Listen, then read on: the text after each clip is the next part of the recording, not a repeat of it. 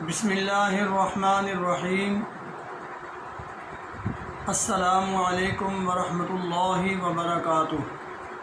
حکیم حافظ ذوالفقار احمد چوہان آپ سے مخاطب ہے۔ ارشاد باری تعالیٰ ہے وَاسْتَعِینُوا بِالصَّبْرِ وَالصَّلَاةِ، نماز اور صبر کے ساتھ مجھ سے مدد طلب کیا کرو۔ آج ہم جس موضوع پر بات کرنے والے ہیں وہ ہے کریٹینن کا بڑھ جانا۔ یہ ایسی صورتحال ہوتی ہے اگر کریٹینن بڑھ جائے تو پیٹ میں پانی پڑ جاتا ہے اور بعض اوقات اور جلد کے کئی حصوں میں بھی پانی کا بڑھ جانا دیکھا جاتا ہے۔ اگر ایسی صورتحال ہو کریٹینن بڑھ جائے تو ہمیں کیا کرنا چاہیے، یہ آج ہم آپ سے ذکر کریں گے۔ پہلے ہم آپ کو بتائیں کہ غذا اس صورتحال میں کیا لینی چاہیے۔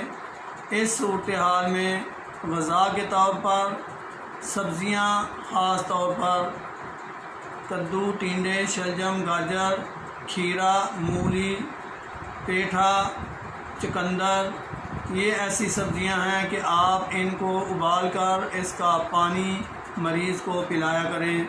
اس کے علاوہ اگر پھل آپ ذکر کرنا چاہیں تو گرما، کچی گری اور کچی گری کا پانی، یہ پھل اس کے لیے بہترین ہے، اور دودھ گائے کا بہترین اس کے لیے ہے جس کو کریٹینن کا مسئلہ ہو جائے۔ دعا کے طور پر اگر ہم ذکر کریں تو ایسے مریض کو اگر کانسٹیپیشن کا بھی مسئلہ ہے تو گلاب کے پھول کی پتیاں، گلاب، ایرانی گلاب، اس کے پھول کی پتیاں جو گلابی رنگ کا ہوتا ہے، ان کو پاؤڈر بنا لیں اور 0 کیپسول صبح، دوپہر، شام نیم گرم پانی کے ساتھ آپ اس کو دیں، اور ساتھ ہی یہ کہوہ بھی آپ استعمال کر سکتے ہیں۔ چھوٹی الائچی، زیرہ سفید، سونف، یہ کہوہ بنا لیں اور ساتھ یہ دوائی استعمال کر لیں۔ میرے اللہ کے فضل سے کریٹینن کا پتہ بھی نہیں چلے گا کہاں گیا ہے۔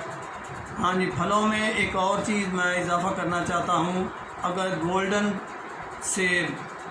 سیب کا موسم ہو تو آپ یہ بھی پھل کے طور پر استعمال کر سکتے ہیں، لیکن جو سیب کھٹے ہوتے ہیں، ناپختہ، وہ استعمال نہیں کرنے، کیونکہ ان سے تیزابیت کا، ایسیڈیٹی کا بڑھنے کا خدشہ ہوتا ہے۔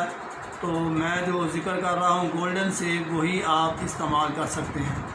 ایسی صورتحال میں دعا کے طور پر ایک اور چیز ذکر کرنے لگا ہوں، عرق مکو اور عرق سونف، یہ 2 عرق ایسے ہیں کہ پانی کے طور پر مریض کو یہی پلانا چاہیے۔ جب یہ پانی کی طلب محسوس کرے مریض تو آپ اس کو نیم گرم کر کے یہ 2 عرق پلاتے رہیں۔ انشاءاللہ میرے اللہ کے فضل سے جو ڈائلیسس کروا رہے ہیں ان کا بھی یہ مسئلہ حل ہو جائے گا، ڈائلیسس نہیں کرنا پڑیں گے، اور نہ ہی کریٹینن کا جو بڑھنے کا مسئلہ ہے وہ بھی ختم ہو جائے گا۔ گردوں پر جو اثر پڑ جاتا ہے اس کی وجہ سے استسقاء ہو جاتا ہے، سب مسائل اس سے حل ہو جائیں گے۔ اللہ رب العزت سے دعا ہے کہ تمام مریضوں کو شفائے کاملہ عطا فرمائے۔ وما علینا الا البلاغ۔ السلام علیکم ورحمۃ اللہ وبرکاتہ۔